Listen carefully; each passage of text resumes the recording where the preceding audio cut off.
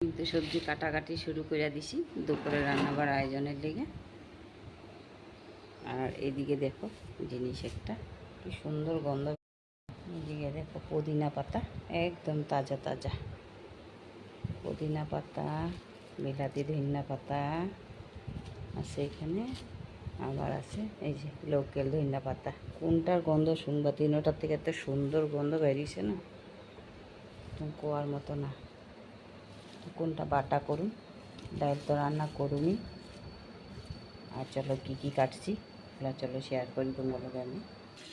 আর এখানে দেখো মসুর ডাল ভিজিয়ে রাখছি আমি, বসাইনি এখনো, বসামো। আর এখানে কাটটা নিছি আমি কাঁচা কলা, বেগুন, আলু, চাক ভাজা করুন, লবণ হলুদ মেখে রাখছি। অ্যাকচুয়ালি কী হয় জানো, আমার এই ছোটো চুলাটা না স্টিমটা কমে লেগে এটা আমি কিছু বসাই না, অনেক দেরি হয়, এটার লেগে একটু থাক এটা।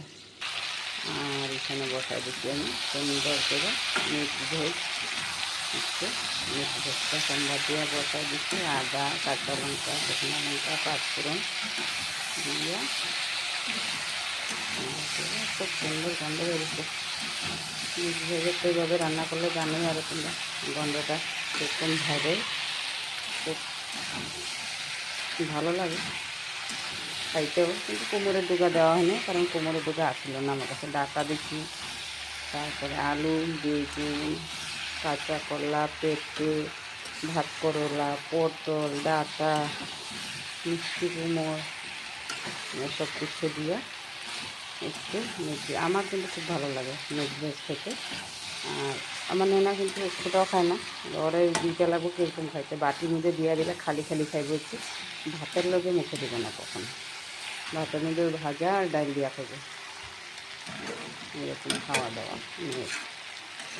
কী করম খাওয়া না খাইলে একটা বড়ো হিসেবে এখন তো বুঝতে লাগে, খাইতে লাগে সব কিছু, কিন্তু খায় না, যত কইলেও বুঝে না। আর এখানে দেখো পেঁপেটা পাইকা গেছে, এখনকার দিনে পেঁপে না রাখলে এইভাবে পাইকাই যায়।